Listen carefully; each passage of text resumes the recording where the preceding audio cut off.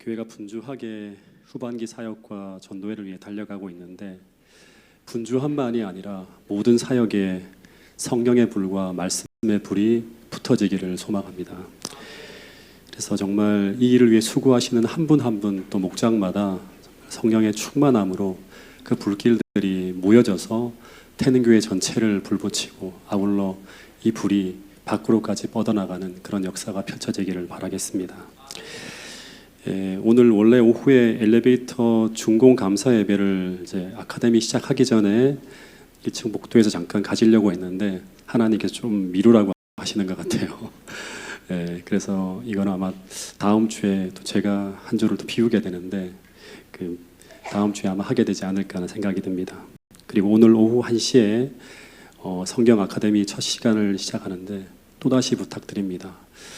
가능하면 모든 분들이 참석해서 말씀으로 한 방향으로 나가고, 또 말씀으로 중심으로 해서 교회가 흘러가는데 여러분 모두가 협조해 주시기를 다시 한번 당부드립니다.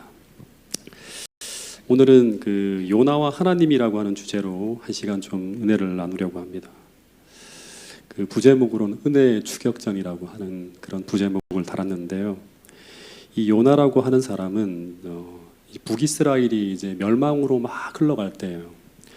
그 여로보암 2세라고 하는 그 한 왕 때 그 사역을 하던 선지자였는데, 당시 북이스라엘은 국가적으로 계속 겉으로는 번영해져 갔지만 속으로는 계속 타락의 타락을 거듭해 갑니다. 그래서 결국 국가적인 심판이 다가오고 있었고, 그리고 하나님은 이 북이스라엘을 구원하기 위한 그 마지막 노력을 기울이실 그런 때였습니다. 근데 그렇게 급박하게 돌아가는 시기에 갑자기 하나님이 이 북이스라엘을 위해 계속 헌신해야 하고 일해야 될 이 요나라고 하는 선지자를 빼내서 당시 고대 근동의 가장 강한 나라였던 이 제국 아수르의 수도에 그 선교사로 파송할 계획을 세우고 요나에게 이런 말씀을 하셨다고 합니다. 요나서 1장 1절부터 2절 말씀인데 같이 한번 읽어보겠습니다. 시작. 여호와의 말씀이 아미떼의 아들 요나에게 임하니라. 이르시되 너는 일어나 저 큰 성읍 니느웨로 가서 그것을 향하여 외치라. 그 악독이 내 앞에 상달되었음이니라 하시니라. 이 말은 이제 요나에게 어떤 말씀을 하고 있는 거냐가 하면, 니느웨로 이제 발령이 났으니까 이제 짐을 싸고 떠날 준비를 하라고 하는 거예요. 근데 거기 가서 이 요나에게 너는 어떤 일을 해야 되는가 하는 그런 말씀을 하시는데, 어떤 일을 하라고 하는가 하면 니느웨라고 하는 그 아수르의 수도로 들어가서 그 도시의 모든 사람들에게 너희들이 너무나 악해서 그 악독이 하나님 앞에 상달되었다고 하는 기별을 전하라고 합니다. 그래서 회개하지 않으면 그 모든 나라가 어떻게 된다? 망하게 된다고 하는 기별을 전하라고 하는 것입니다. 그런데 이런 기별을 그곳에서 전하면 요나는 어떻게 될까요? 거의 100% 죽습니다. 100% 죽어요. 그러니까 하나님은 지금 요나에게 너는 목숨을 걸고 니느웨로 가서 선교를 하라고 하는 거예요. 근데 놀라운 것은 이 부름을 받은 선지자가 어떻게 하는가 하면, 선지자인데 갑자기 짐을 싸가지고 니느웨의 반대 방향인 다시스로 향하는 배를 탔다고 하는 것입니다. 근데 이 다시스가 어디인가 하면, 이 다시스라고 하는 그 단어를 이제 히브리어로 하면 탈쉬시스라고 하는 어떤 그런 이제 그 의미로 이제 그 번역이 될 수 있는 단어인데, 이 다시스는 지도를 보면 그리스를 지나서 로마를 지나서 거의 서쪽 끝에 있는 지브롤트 해협이 있는 스페인 남쪽 해안에 있는 타르테수스라고 하는 도시라고 합니다. 그러니까 이 요나가 하나님의 명령을 떠나서 아주 먼 곳으로 떠나가기 시작했다고 하는 것입니다. 근데 보통 이방 종교에서는 하나님이 명령하셨는데 그 하나님의 명령을 받은 선지자가 하나님의 명령을 거역하고 다른 방향으로 가면, 이런 일이 벌어지면 이 요나의 이야기는 어떻게 전개되는가 하면 여기서 요나는 끝입니다. 이 지점부터는 바로 다른 사람이 등장을 해야 돼요. 근데 하나님은 당신의 뜻과 반대 방향으로 달리고 있는 이 요나를 추격해가는 모습이 바로 요나서의 이야기라고 하는 거예요. 그래서 오늘 우리는 이 요나를 추격하시는 하나님의 은혜로운 추격전을 한번 살펴보려고 합니다. 근데 여기서 하나 기억해야 될 것은 뭔가 하면, 이 요나의 다시스 행이 어떻게 시작되었는가 하면 하나님 말씀에서 시작되었다고 하는 거예요. 하나님의 명령에서 시작되었다고 하는 거예요. 보통 믿음이 완전히 무너진 사람이라 그러면 이런 하나님의 명령, 이런 부르심이 임했을 때 어떻게 하는가 하면 그 말씀이 나하고 나를 불편하게 한다고 하면 그 말씀을 무시하고 살아갑니다. 그래서 아무리 하나님 말씀을 읽고 들어도 믿음이 무너진 사람에게 이런 절대 말씀으로 말미암는 갈등이 일어나지 않습니다. 근데 요나는 이 하나님의 말씀을 듣고 고민하며 갈등했다고 하는 거예요. 근데 문제는 그 움직임이 하나님이 말씀하시는 것과 반대였다고 하는 것입니다. 근데 여러분, 요나가 원래부터 이렇게 하나님과 갈등을 빚던 그런 문제 많은 선지자였을까요? 그 다음 주에 한 번 더 요나서를 공부하게 될 텐데, 원래 요나는 하나님의 명령을 따라 이스라엘 내에 어떤 곳에든지 하나님의 말씀을 충실히 전하던 그런 선지자였어요. 굉장히 유명한 선지자였어요. 근데 문제는 하나님께서 가라고 하시는 곳이 니느웨라고 하는 것이 문제였습니다. 만약 두로나 시돈이나 심지어 그리스나 로마나 스페인 같은 나라로 가서 복음을 전하라고 했다면 아마 요나는 얼마든지 순종했을 것입니다. 근데 이 니느웨라고 하는 것은 자신의 민족을 괴롭힌 원수의 나라 아수르의 수도였어요. 쉽게 말하면 한 1910년대나 20년대, 30년대 일제시대 제가 만약에 한용운 같은 독립운동가였고 민족주의자였다면 저에게 만약에 이제 갑자기 하나님께서 이런 명령을 내리신 것 같은 거예요. 일본이라고 하는 나라가 위태로우니까 그 나라를 구원하기 위해서 그 나라로 가서 일하라고 하는 것과 정서적으로 비슷한 명령을 지금 하나님이 하고 있는 거예요. 당시 아수르는 저라도 정말 요나처럼 선뜻 이 명령을 받기가 쉽지 않았을 거예요. 이 아수르가 어느 정도로 악한 나라였는가 하면 이 나라는요, 이제 고대 기록을 살펴보면 전쟁을 하면 도저히 인간이라고 하면 하지 말아야 할 짓을 하는 정말 치가 떨릴 정도로 사람을 잔인하게 학살하는 그런 악랄한 민족이었어요. 포로를 잡으면 성을 이렇게 쌓을 때 그 성 속에 산 사람을 집어넣고요, 철근처럼. 그리고 마치 이렇게 시멘트로 도배하듯이, 흙으로 도배하듯이 그렇게 사람을 죽이는 거예요. 그래서 하나님도 더 이상 참지 못하고 요나서 1장 1절부터 3절에 보면 그 악독이 하늘에 상달되었다고 하는 거예요. 그래서 회개치 않으면 그 나라가 멸망당할 것이라고 하는 기별을 전해야 될 정도로 악랄한 나라였어요. 그래서 선지자 왕에도 보면 이런 기록이 있어요. 세속적으로 번영하던 시대에 니느웨는 범죄와 악행의 중심지였다고 하는 거예요. 영감의 기록은 니느웨를 피성이요 괴율과 강포가 가득한 나라라고 이렇게 이제 묘사하고 있어요. 그러니까 이 괴율과 강포가 가득하다. 노아 홍수가 벌어지기 직전 세상의 모습을 묘사할 때도 이런 단어가 나오거든요. 그래서 요나 입장에서는 이 아수르라고 하는 나라는 구원의 대상이 아니라 멸망당해야 될 나라였어요. 그래야지만 북이스라엘이 평안할 수 있고 세상이 평안할 수 있는 그런 어떤 상황이었어요. 근데 하나님은 이런 나라를 위해 어떻게 하라? 생명을 걸고 일하라고 하는 것입니다. 다시 말해서 그들을 회개시켜서 회복시키라고 하는 거예요. 근데 요나가 고민하기 시작하는 거예요. 이게 가능할까? 그게 될까? 하는 거예요. 아마 요나는 이런 말을 했을지 모르겠습니다. 하나님, 언제 제가 선지자로서 단 한 번이라도 이런 적이 있습니까? 제가 지금까지 주님의 말씀의 명령이라고 하면 다 순종하고 살아왔다고 하는 것을 주님 잘 아시지 않습니까? 그러나 주님, 다른 모든 명령은 다 순종할 수 있지만 이 니느웨만큼은 순종하기 어렵다고 고백했을 거예요. 근데 하나님께서 계속 어떻게 하라? 니느웨를 향해 가라고 하는 거예요. 요나가 이 하나님의 명령 앞에 수도 없이 고민하고 갈등하다가 그러다가 드디어 내린 결론이 뭔가 하면 욥바로 내려가서 어느 행배를 탔다? 다시스 행배를 탔다고 하는 것입니다.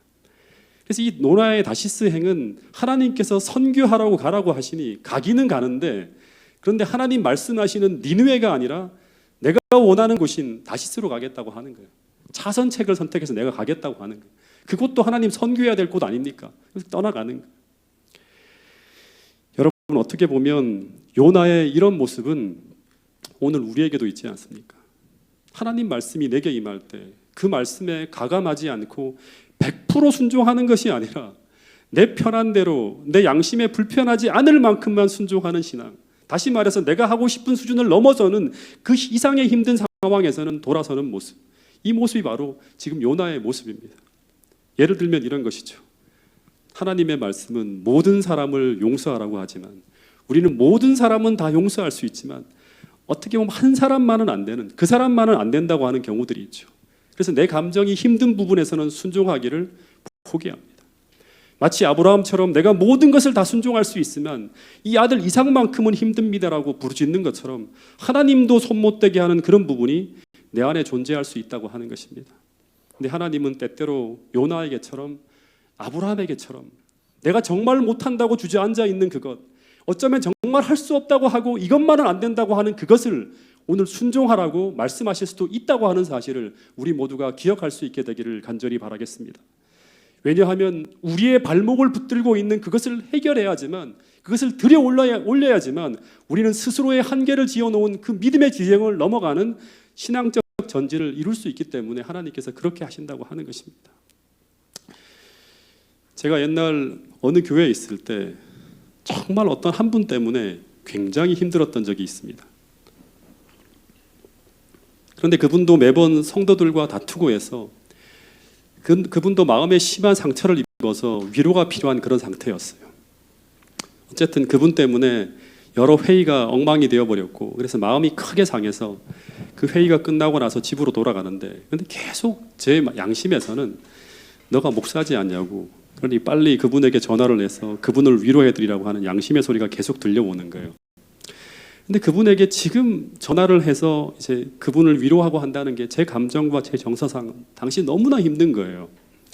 그래서 왜 내가 이 상황에서 그분에게 전화를 해야 되는지 도무지 이해가 안 된다고 하는 생각이 계속 일어나고 있는데, 그런데 어쩔 수 없이 목사로서 전화기를 들고 전화를 걸었어요. 근데 전화벨이 몇 번 울리는데 전화를 안 받는 거예요. 근데 몇 번의 전화를 울린 후에 다행이다 하면서 서둘러 전화를 다 끊고, 내가 단지 전화 통화를 시도했다고 하는 것, 주님 제가 전화 통화 시도했습니다 하면서 그것으로 내가 목사로서 해야 될 일을 다 했다고 생각하고 있는 것, 내가 하나님께 순종했다고 하는 것. 다시 말해서 진짜 순종이 아니라 순종을 흉내내며 내가 내 양심에 찔리지 않을 만큼만 순종하고 있는 것이죠. 그런데 어쩌면 요나의 심정도 이런 것이었을지 모르겠습니다. 다시 말해서 내가 니느웨로 가는 것이 최선이라고 하는 것은 알지만, 그러나 그렇게는 못하겠고 내 감정상 그렇다고 그 자리에 주저앉아 있자니 선지자로서 양심에 찔리고, 그래서 만들어낸 것이 바로 다시스라고 하는 순종의 대체물을 만들어 가고 있는 거예요. 근데 요나가 이제 다시스행 이제 배를 타기 위해서 욥바로 내려갔는데, 근데 문제는 뭔가 하면 그 욥바에는 다시스로 가는 배가 없어야 돼요. 왜냐하면 주석을 보니까 원래 이 욥바라고 하는 항구는 굉장히 좁아요. 저는 성지순례를 가지 않았기 때문에 보지는 못했지만 그 기록을 보면 항구가 좁고 수심이 아주 얕아서 다시스로 왕래하는 그런 대형 선박이 정박하기는 어려운 곳이었다고 합니다. 그리고 욥바에서 다시스까지는 정말 상상도 할 수 없을 만큼 먼 거리예요. 굉장히 먼 거리예요. 그래서 그곳을 왕래하는 배들이 거의 없거나 가뭄에 콩나듯이 한두 번 있을 정도라고 하는 거예요. 다시 말하면 거기에서 배를 갈아타고 가야 되는 거예요. 다시스행으로 가려고 그러면. 근데 놀라운 것은 본문 3절에 보면 이런 말이 나오죠. 여기 보니까 요나가 욥바로 내려가자마자 어떤 일이 있었다. 마침이에요. 마침 그 항구에 다시스로 가는 배를 만났다고 적혀 있는 거예요. 즉 1년에 한두 번 있을 그런 배가 욥바로 내려가자마자 그 앞에 대기하고 있는 것입니다. 그런데 이 배를 보면서 요나가 어떤 생각을 하게 되었을까요? 아마 요나는 욥바로 갈 때까지는 선지자로서 과연 이렇게 해도 되는 것일까 하는 불안한 마음이 너무나 괴롭고 불안했을 거예요. 근데 놀랍게도 그곳에 그 욥바에 내가 가려고 하는 다시스행 배가 나를 기다리고 있는 것입니다. 1년에 한 번 만날까 말까 한 그 배를 지금 보고 있는 거예요. 근데 우리도 이럴 때가 있지 않습니까? 그것이 하나님의 뜻이 분명 아닌데, 그래서 내 양심이 막 찔리고 있는데, 근데 이상하게 계속 그 잘못된 길을 향하여 나아갈 때마다 어떤 도움이 찾아오며 일이 술술 잘 풀리고 있는 거예요. 그러면서 우리는 이런 오판을 하게 돼요. 이것이 마치 다시스로 가는 길에 나타난 하나님의 도움이라고 하는 거짓된 확신을 가지게 되는 거예요. 일종의 자기 합리화죠. 그러면서 양심의 갈등도 사라지고, 그러면서 평안하게 다시스행 배를 타고 가는 거예요. 이제 제가 최근에 어떻게 하다 보니까 그 어떤 한 기사를 보게 되었는데, 이 전광훈 목사님이 담임하는 사랑의 교회가 이번에 그 지역 재건축 문제로 지역 조합과 계속 갈등을 하다가 이제 큰 이익을 봤다는 그런 이제 기사를 제가 보게 되었어요. 88억 정도 감정 평가를 받은 교회가 7배나 더 비싼 500억을 요구하는 가운데 조합과 끊임없는 갈등 속에서 결국 재판에서 져요, 이 교회가. 그건 부당하다고 하는. 그래서 교회를 강제 철거하기 위해서 강제 법 집행을 시도하게 되는데, 그런데 4번이나 교인들이 화염병과 화염방사기를 동원해서 막아냅니다. 예. 그러면서 수많은 사람들이 다치고 목숨을 잃을 뻔한 극한 대치 속에서 결국 지역 사람들의 맹비난을 받으면서 교회가 500억의 보상을 받아냈다고 하는 거예요. 예. 예. 그러니까 개발 이익을 거의 통째로 교회가 다 가져가는 거예요. 그런데 온 세상의 도덕적 비난을 받으면서도 이뤄낸 이 결과를 온 교인들이 어떻게 받아들이는가 하면, 이것은 하나님이 우리의 기도에 축복해 주신 결과라고 하면서 그 성공을 통해서 그들이 행하고 있는 그 성경적이지 않은 잘못된 행동을 다 정당화시켜 버리는 거예요. 예. 그러면서 그들은 계속 성경적이지도 않은 말도 안 되는 일을 행하는데도 하나님께서 함께 하신다고 하는 잘못된 확신을 가지고 그 교회, 온 교회가 그 방향으로 계속 나가게 되고 있다고 하는 것입니다. 그래서 우리가 잘못된 방향으로 가고 있는데, 그런데 이상하게 하나님이 축복해 주시는 듯한 성공의 결과가 나타난다고 하는 것은, 그것은 하나님의 축복이 아니라 그것은 더 큰 위험과 더 큰 파멸로 우리를 이끌고 가고 있는 사단의 속임수일 수 있다고 하는 사실을 우리는 깨달아야 한다고 하는 것입니다. 그래서 만약 요나가 이 욥바에서 다시스로 가는 배를 만나지 않았으면 어떻게 되었을까요? 그래서 만약 요나의 걸음이 이 욥바에서 멈추었다면 어떻게 되었을까요?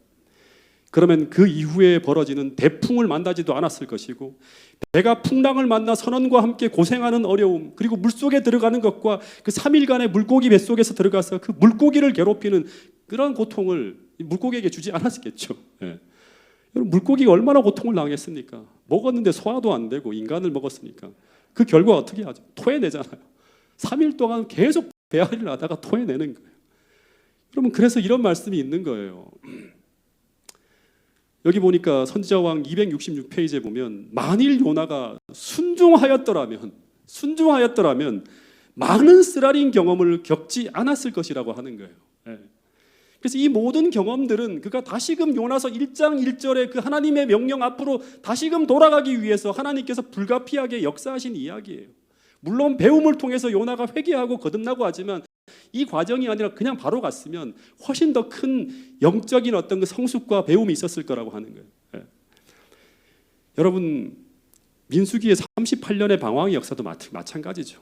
그냥 직진해서 갔으면 모든 게 끝날 수 있는 게 38년 동안의 어떤 어려움의 역사를 통해서 다시금 그 위치로 돌아가는 거예요.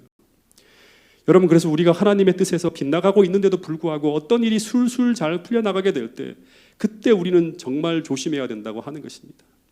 어쨌든 요나는 다시스로 가는 배를 타면서 이 상황이 하나님의 섭리라고 하는 자기 합리화 속에 이제 요나가 어디까지 내려가는가 하면, 본문을 보면 배 밑창까지 내려갑니다.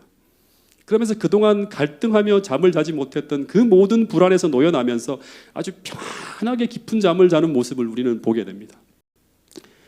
여러분, 하나님을 떠나가고 있는 이 선지자가 이제 영적인 갈등이 사라지고 그리고 평안하게 잠을 잔다. 이것은 정말 심각한 상황입니다. 다시 말해서 이것은 양심이 점점 마비되어 가고 있는 것이죠. 그러면 최악의 상황 속에 침몰하는 것은 시간 문제예요. 제가 생각할 때 요나서 전체에서 요나가 경험하고 있는 가장 위험한 순간은 바로 이 순간이 아니었을까 하는 생각이 듭니다. 내가 그리스도인으로서 죄를 반복적으로 짓고 있는데 갈등이 없고 평안하다. 그것은 하나님으로부터 계속 멀어지고 있다고 하는 증거예요. 그래서 제일 무서운 것은 죄에 파묻혀 살아가고 있음에도 내가 아무런 찔림이 없는 것, 다시 말해서 암덩이가 자라며 점점 더 커지고 있는데 아무런 통증이 없는 것, 그것은 정말 심각한 것입니다. 다시 말해서 죄악의 바이러스가 내 몸에서 창궐하고 있는데도 내 양심에서 알람이 울리지 않고 있고, 더하여서 우리의 영적 면역 시스템이 아무런 작동도 하고 있지 않다면 그것은 어쩌면 끝이 오고 있다고 하는 증거일 수 있다고 하는 것입니다. 그래서 요나가 큰 위험에 놓여 있다고 하는 것을 아신 하나님은 이 양심이 작동하지 않는 요나를 살리기 위해서 이제 어떻게 하는가 하면 외부에서 오는 큰 충격을 가해서 요나를 깨우려 하시는 거예요. 그것이 바로 대풍을 일으켜서 요나가 탄 배를 막 뒤흔드는 거예요. 그래서 고난의 태풍은 잠자는 우리를 깨우기 위해 하나님께서 흔히 사용하시는 방법 중 하나라고 할 수 있겠죠. 근데 문제는 대풍 태풍으로 배가 파산 지경까지 가면서 배 안이 온통 아수라장으로 되어가고 있는데도 요나는 아직도 이 사건이 무엇을 의미하는지를 모른다고 하는 것입니다. 다시 말해서 고난이 일어나고 있는데도 그는 그것이 무엇을 의미하는지조차도 모르고 혼자 배 밑창에서 깨어나지 못하고 있는 것입니다. 내가 지금 얼마나 심각한 위기에 직면해 있는지 깨닫지 못하고 그냥 하늘의 모든 빛을 차단한 채 배 밑창에 내려가서 깊은 영적 잠을 자고 있는 모습. 그런데 이 모습은 어쩌면 오늘을 살아가고 있는 수많은 그리스도인의 모습이 아닐지 모르겠다고 하는 것입니다. 아무리 불러도 하나님의 소리가 들리지 않고, 아무리 요란하게 경고의 메시지가 울려도 나의 위험한 상태를 깨닫지 못하고 있는 상태. 그래서 그 위험한 곳에서 도대체 나오려고 하지 않고 있는 모습, 이 모습이 오늘 현재를 살고 있는 라오디게아 교인들의 모습이라고 하는 것입니다. 여러분, 그런데 이 모습이 혹 나의 모습이 아닌지 오늘 이 시간 한번 생각해 볼 수 있게 되기를 간절히 바라겠습니다. 그런데 이렇게 해도 깨어나지 않고 저렇게 해도 깨어나지 않고 대풍이 불어서 막 배가 요동치고 있는데도 깨어나지 않고 있는 이 요나를 살리기 위해서 하나님이 또 한 번 움직이는데, 그것이 바로 직접 선장을 통해서 요나의 잠을 깨우러 배 밑창까지 하나님께서 내려가시는 거예요. 그래서 이 선장이 동분서주하면서 배를 살피다가 배 밑창에서 잠을 자고 있는 요나를 발견합니다. 그리고 요나를 막 야단을 쳐요. 아니, 지금 배가 파산하기 직전인데 모든 사람들이 다 지금 짐을 던지고 다 자신의 신을 부르고 있는데 너는 왜 여기서 태평하게 잠을 자고 있는가 하면서 막 야단을 쳐요. 지금 세상이 이 지경인데 너는 이 배를 구하기 위해서 너의 사역을 감당하지 않고 지금 태평하게 잠을 자고 있는가 하면서 막 야단을 치고 있는 거예요. 그러면서 한마디 강청하는 것이 있는데 그것이 바로 무엇입니까? 어떤 얘기를 하는가 하면, 너도 만약 신앙하는 사람이라면 너도 너희 하나님께 기도해 달라고 합니다. 그런데 이 말에 요나는 정신을 차리기 시작합니다. 그리고 일어나서 그토록 하나님의 낯을 피하며 숨어 다니던 이 요나가, 그래서 땅끝까지 달아내려고 하던 이 요나가 마침내 거칠게 불어대는 그 인생의 대풍 앞에서 하나님과 정면으로 맞서는 거예요. 그리고 거기서 그는 그 폭풍이 몰아치는 엄청난 인생의 위기 속에서 비로소 하나님이 그를 부르시는 그 하나님의 음성을 듣게 돼요. 그 음성은 어쩌면 이런 소리였을 거예요. 요나야, 너는 어찌하여 다시스로 가고 있는 거냐고. 너는 어찌하여 나와 멀어져 가고 있는 그 위험한 인생길을 선택하여 걸어가고 있는가 하는 것입니다. 그러면서 하시는 말씀이, 나는 너를 찾아서 이곳까지 달려왔다고 하시는 거예요. 너의 가는 길을 막기 위해서 태풍을 몰고 너를 찾아왔다고 하는 거예요. 그러면서 하시는 말씀이, 이제 너는 그 길을 멈추고 나에게로 돌아와 달라고 하시는 거예요. 너와 같이, 나와 같이 어디로 가자? 니느웨로 돌아가자고 하는 거예요. 그곳이 가장 행복한 길이고 가장 안전한 길이라고 하는 것입니다. 여러분, 시편 139편에 보면 이런 말씀이 있어요. 요나서를 보면서 이 시편 139편 1절부터 10절의 이 기도는 다윗의 기도가 아니라 요나의 기도 같아요. 여기 보면 주께서 나를 살펴보셨으므로 나를 아시는데, 어떻게 아시는가 하면 우리의 생각, 형편, 상황, 앉고 일어섬 세세한 부분까지 다 아신다고 하는 거예요. 그래서 하나님은 우리의 앞뒤를 둘러싸고 우리를 안수하시며 우리의 인생길을 바로 옆에서 우리를 바짝 쫓아오시는 분이 우리 하나님이라고 하는 거예요. 그래서 우리가 하나님과 멀어져 갈 때도 달아나는 요나를 추격해서 쫓아오시는 것처럼, 달아나는 야곱의 뒤를 추격하시는 것처럼 하나님은 끝까지 은혜로 우리의 뒤를 따라오신다고 하는 거예요. 우리가 죽는 그 순간까지 쫓아간다 그러는 거예요. 그래서 우리는 주님을 떠나 피할 곳이 없다고 하는 거예요. 바다 끝에 갈지라도, 세상 끝에 갈지라도, 심지어 음부의 깊은 수렁에 내려갈지라도 거기서도 주의 손이 나를 인도하시며 주의 오른손이 나를 붙드신다고 하는 거예요. 여러분, 요나는 이런 깨달음 속에서, 그 거친 풍랑 속에서 하나님의 손길에 자신을 던집니다. 그리고 거기서 요나의 방황이 끝나고 고난이 끝이 난다고 하는 거예요. 여러분, 그래서 오늘 우리가 우리 인생을 뒤흔드는 대풍에 휘말려 있다면, 여러분, 그 고난을 끝내는 방법은 그 고난 속에서 하나님을 피해서 또다시 달아나려고 하는 것이 아니라 정면으로 하나님을 만나는 거예요. 그리고 그 속에서 나를 부르시는 그 하나님의 음성을 듣고 진실하게 회개하며 돌아가는 것입니다. 심지어 그 속에서 우리는 요나처럼 3일간의 깊은 죽음의 회개를 경험하기도 할 것입니다. 그리고 그 과정을 통해서 우리는 거듭나고 다시금 하나님이 인도하시는 새로운 인생길, 축복의 길을 걸어갈 수도 있다고 하는 것입니다. 여러분, 이 요나를 통해서 우리에게 들려주시는 이 하나님의 기별이 우리 모두에게 들려주시는 하나님의 기별로 우리의 마음에 울리게 되기를 간절히 바라겠습니다. 그래서 요나서 2장에서 요나가 깊은 회개를 경험하고 3장에서 요나가 하나님과 함께 니느웨로 순종에 들어갔다고 합니다. 근데 아마 이제 제가 상상을 해보는데 요나가 굉장히 깊은 고민을 하면서 걸어갔을 거예요. 과연 니느웨 같은 큰 도시 사람들이 내 말을 들으려 할까 고민했을 거예요. 제가 파주에 있을 때 어떤 한 분을 이제 침례를 줬는데, 근데 그 침례 받은 분이 한 달도 안 되어서 그 자기 친구분이라고 하면서 한 분을 모시고 왔습니다. 근데 이 성도님이 워낙에 강건하시는 분이에요. 막 굉장히 막 강력하게 푸시를 하는 분이에요.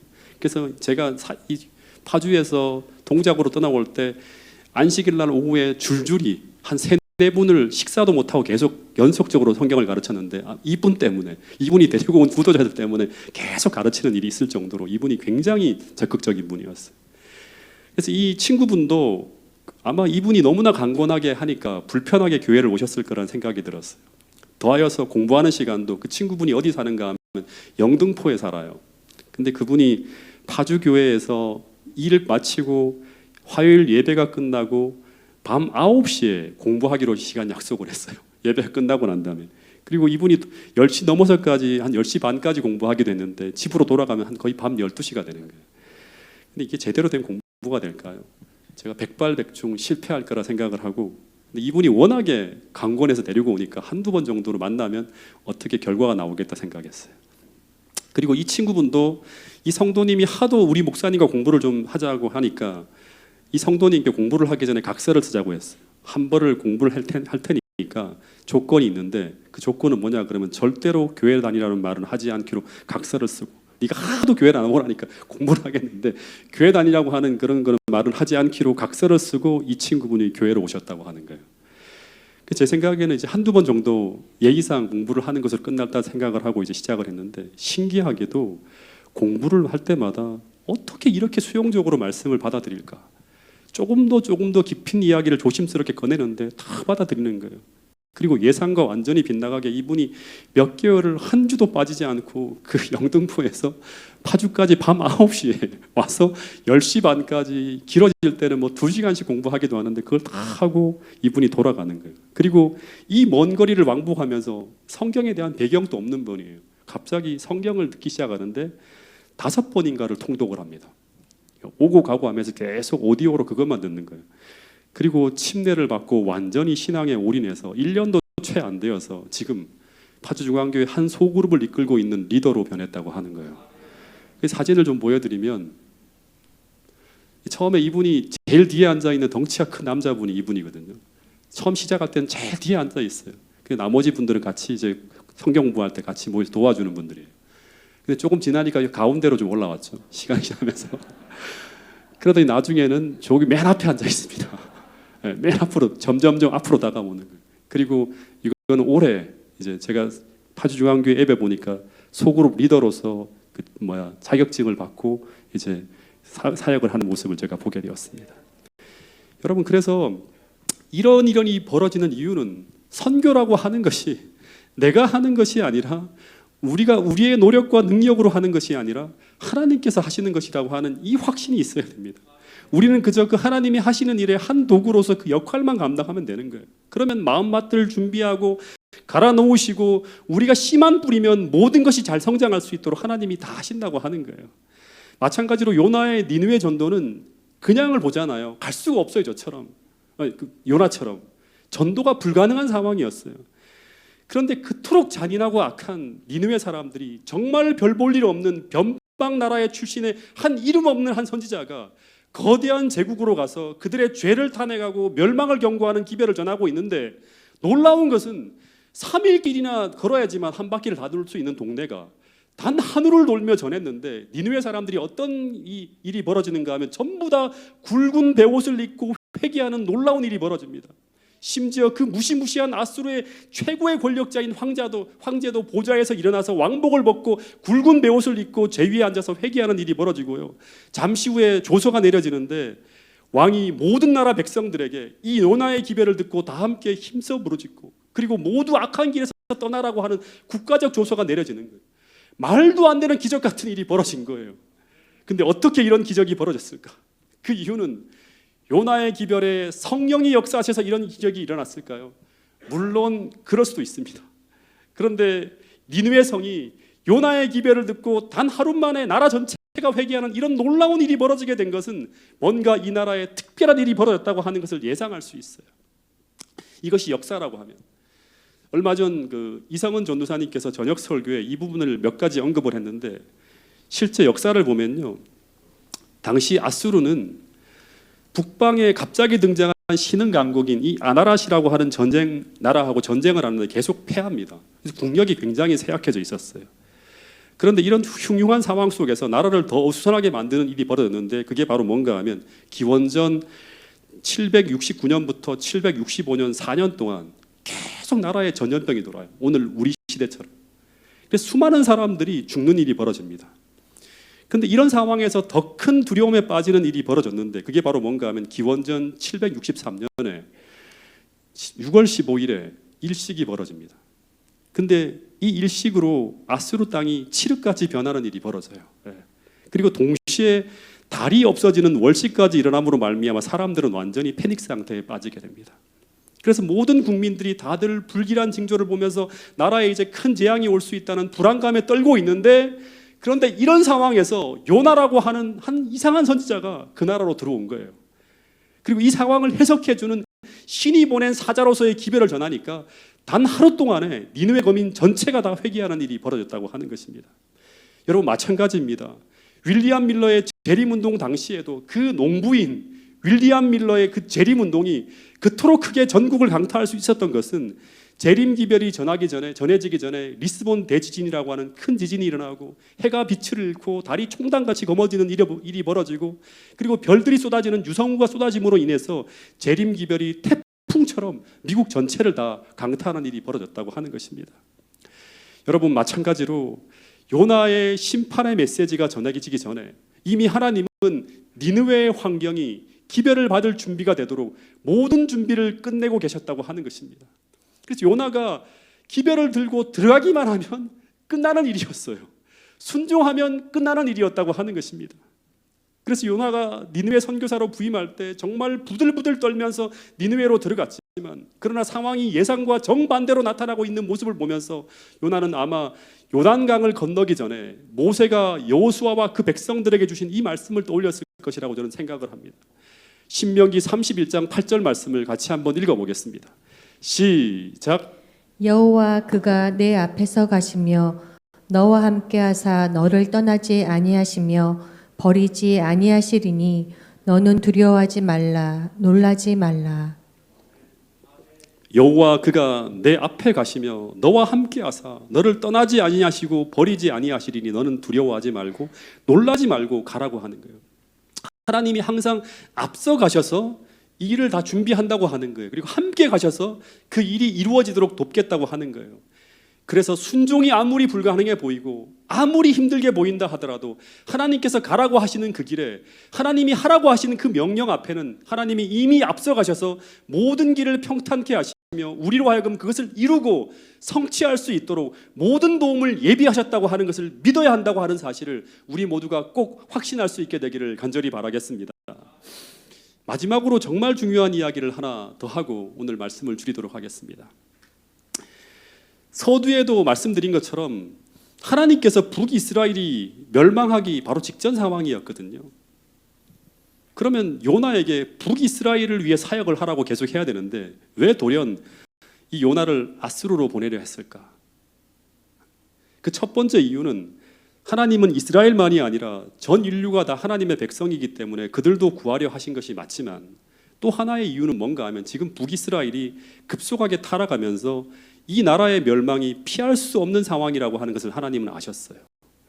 돌이킬 수 없는 상황이라는 것. 그래서 그러한 때 이제 앞으로 이스라엘의 운명은 이 아수르에 의해서 멸망을 당하게 될 것도 하나님은 아셨어요. 그러면 이제 북이스라엘 백성들이 앞으로 어디로 끌려가게 되는가 하면 아수르의 포로가 되어서 니느웨로 끌려가게 됩니다. 그래서 하나님은 먼저 이 잔인하고 포악한 아수르를 어떻게 하려고 하신다? 먼저 회개케 하여서 북이스라엘 백성들이 그 땅에 사로잡혀 갔을 때 비교적 안정적으로 정착할 수 있도록 하기 위해서 요나를 니느웨로 앞서 보내서 그들에게 여호와 하나님을 믿는 신앙을 이해하게 하고 우호적으로 대하도록 준비하시는 거예요. 이런 비슷한 패턴이 남방 유다에서도 벌어지죠. 하나님은 남방 유다가 바벨론에 의해서 멸망당한 후에 그곳에 다니엘과 세 친구를 보내서 느부갓네살을 회심시킵니다. 그래서 그 70년간의 포로 기간을 그들이 신앙을 지키면서 비교적 편안하게 보내게 했던 거예요. 이게 선지자왕에 보면 나와요. 그 이야기가. 마찬가지로 하나님은 요나가 니느웨에 먼저 들어가서 북이스라엘의 미래를 위한 평안의 길을 하나님은 예비하기 위해서 이 일을 하나님께서 계획하신 거예요. 그래서 이 요나의 니느웨 전도는 단순히 아수르를 위함만이 아니라 오히려 하나님 백성들을 위함이었다고 하는 것입니다. 그런데 이때 이 요나가 정말로 주님의 마음을 가지고 진실하게 복음을 전하였다면 아수르뿐만이 아니라 미래의 북이스라엘의 장래도 전혀 다르게 나타날 수 있었다고 하는 것입니다. 그러나 요나가 전도가 시작되어서 이 니느웨가 회개하며 막 돌아섰을 때 그는 계속 더 힘있게 하나님을 증거하는 모습이 보이지 않아요. 도리어 이들이 회개하며 돌아서자 자신의 기별이 조롱받게 되리라고 하는 생각으로 얼마나 하나님을 원망하고 불평합니까? 차라리 죽여달라고까지 하는 거예요. 그래서 그 다음에 니느웨에서의 변화는 성경에서 보이지 않아요. 거기서 딱 멈춰버립니다. 그 이후 이 니느웨는 점점 더 악해져 갔고 북이스라엘도 함께 악해져 가다가 결국 아수르에서 멸망당하고 난 후에 가장 잔인한 방법으로 이스라엘은 멸망당하게 됩니다. 그리고 북이스라엘의 역사는 그 이후 역사 속에서 완전 사라지게 되는 거예요.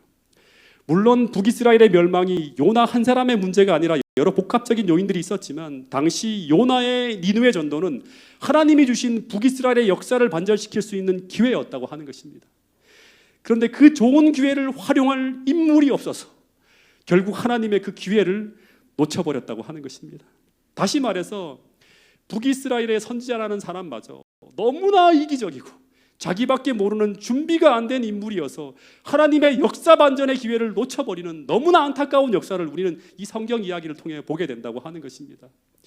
여러분, 그래서 이 시대의 위기는 무엇이다? 인물의 부족이라고 하는 것입니다. 여러분, 그래서 때때로 하나님의 명령이 우리 감정에 반하고 때로 그것이 전혀 내 인생에 도움이 되지 않을 것처럼 보이고 때로는 너무 복잡 보인다 하더라도 그 하나님의 명령에 100% 순종할 수 있는 그런 믿음을 가진 사람들이 태능교회 모든 성도들이 될 수 있기를 간절히 바라겠습니다. 왜냐하면 우리가 순종할 때 우리는 알지 못하지만 그것이 우리에게 최선의 유익이라고 하는 사실을 우리는 이후의 역사 속에서 우리는 깨닫게 될 것이라고 하는 것입니다. 우리에게 유익한 일이 아니면 하나님은 어떠한 것도 우리에게 명령하지 않아요. 모든 율법이 다 하나님께서 우리에게 주시는 최선의 유익 속에서 다 제정되어지고 우리에게 명령되어지는 것이라고 하는 것입니다. 여러분, 창세기 19장을 보면 이 소돔송에 롯이 이제 그 저녁 무렵에 지나가는 나그네를 집으로 데려옵니다. 그런데 이 선행은요, 어쩌면 롯이 목숨을 거는 선행이었어요. 근데 이 선행을 롯이 실천함으로 말미암아 롯은 어떻게 되죠? 이후에 이 나그네를 자기 집으로 데려옴으로 말미암아 큰 어려움을 겪어요. 근데 그 어려운 과정 속에서 행한 그 선행이 나중에 어떤 결과로 열매 맺는가 하면 롯 개인과 그 가족을 구원하는 놀라운 일이었다고 하는 것을 나중에 그 나그네들이 천사로 변해지면서 깨닫게 돼요. 다시 말하면 그 목숨을 걸고 한 선행이 결국에는 그 나그네를 지키는 것이 아니라 자기를 지키는 것이었다고 하는 거예요. 어제 주혜성 전도사님의 설교 가운데도 그런 이야기가 있었죠. 여러분, 오늘 우리 주변에서 우리에게 주어지는 그 복음을 전할 기회, 혹은 선행의 기회, 사랑을 실천할 기회, 이 모든 것을 나의 유불리를 따지지 말고 순종하며 신천할 수 있는 그런 믿음을 달라고 간구하시는 태능교회 모든 성도들이 될 수 있기를 간절히 바라겠습니다.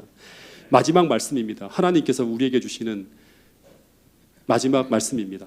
고린도전서 15장 58절 말씀을 같이 읽어보겠습니다. 시작. 그러므로 내 사랑하는 형제들아, 견실하며 흔들리지 말고 항상 주의 일에 더욱 힘쓰는 자들이 되라. 이는 너희 수고가 주 안에서 헛되지 않은 줄 알미라. 예, 우리가 하는 주 안에서 하는 모든 수고가 헛되지 않고 우리에게 최선의 유익으로 돌아가고 또 교회에도 덕을 미치고 또 하나님께서 우리를 통해 복을 끼치는 그러한 모든 열매로 결과로 나타난다고 하는 사실을 꼭 믿음으로 오늘 한 주를 살아가는 여러분과 저가 될 수 있기를 간절히 바라면서 오늘 말씀을 드리도록 하겠습니다.